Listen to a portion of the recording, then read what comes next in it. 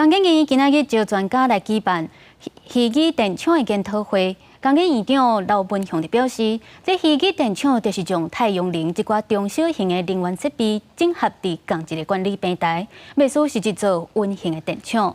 虽然供电量较少，不过会当快速启用，会当来协助用电的调度。为了满足供电的需求，强化电网的韧性，安怎整合电力资源的虚拟电厂，加做各国关注的焦点。早起工研院举办虚拟电厂发展趋势甲应用案例研讨会，邀请国内外专家交流分享经验。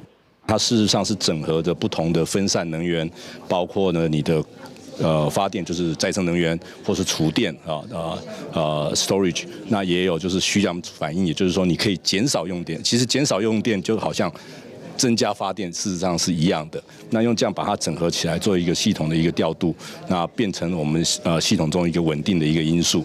工研院指出，台湾地无宽，人口密度悬，若要搁起电厂是真困难。不过想要稳定供电，除了靠目前的电厂甲太阳能等等的能源，虚拟电厂会成做未来电力发展的重点。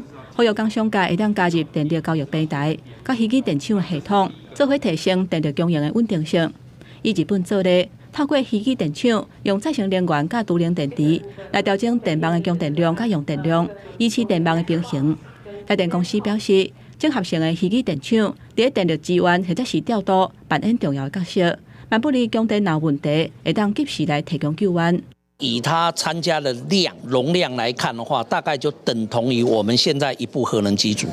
那未来这个量会继续再增加，95家的这个厂商它进来，那实际上的量更多。